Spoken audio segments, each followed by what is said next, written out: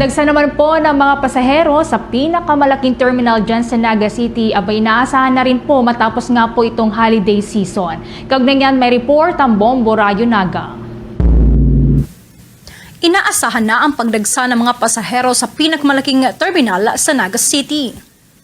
Sa panayam ng Bombo Radyo Naga kay Nonoy Reforzado, General Manager ng nasabing terminal, sinabi nito na ngayong araw ay mas marami ang darating ng mga pasahero dahil karamihan sa kanila ay mga pauwi na sa Metro Manila. Dagdag pa ni Reforzado, sapat ang bilang ng mga bus na nasa terminal ngayon at tiniyak nito na kayang maka-accommodate ng mga pasahero kahit walang reservation.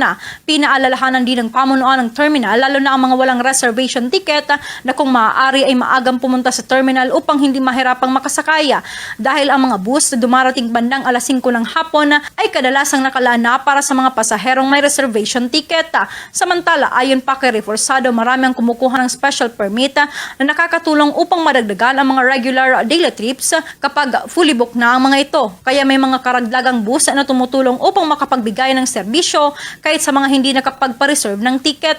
Sa ngayon, inaasahan na hanggang sa darating na Lunes ay mananatiling marami ang mga pasahero kaya ginagawa ng pamunuan ng Bicol Central Terminal ang lahat ng paraan upang makasakaya ang mga pasaherong pumupunta sa nasabing terminal station.